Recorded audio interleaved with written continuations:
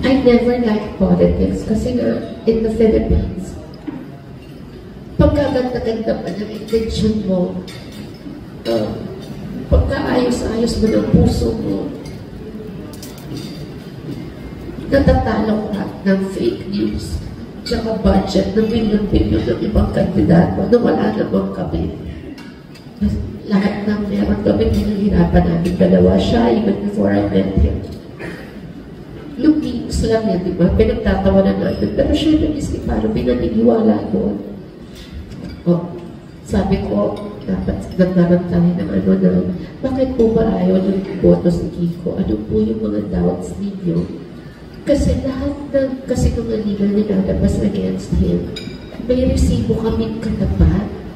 Meron kami mga makapagpapasa walang mapapasawa ng katotohanan dun sa mga binibintang nila, paninira nila. Siguro bilang asawa niya at nanay ng mga anak niya. Ang pride kasi namin galing dun sa matinong pagkatao namin. Wala namang perfecto, diba lalo tayo sa showbiz, gusto ko. Pero maayos ang pinagagalingan namin. Maayos kami panalaki ng mga magulang namin. Napaka-blessed ko na nakahanap ako. Pinagdasal ko, bigyan ako ng asawa. Hindi totoo. Alam ng Panginoon ko, bigyan ako ng asawa. Hindi ako sasaktan. Magiging mabuting ama. You know, Kiko doesn't have a lot.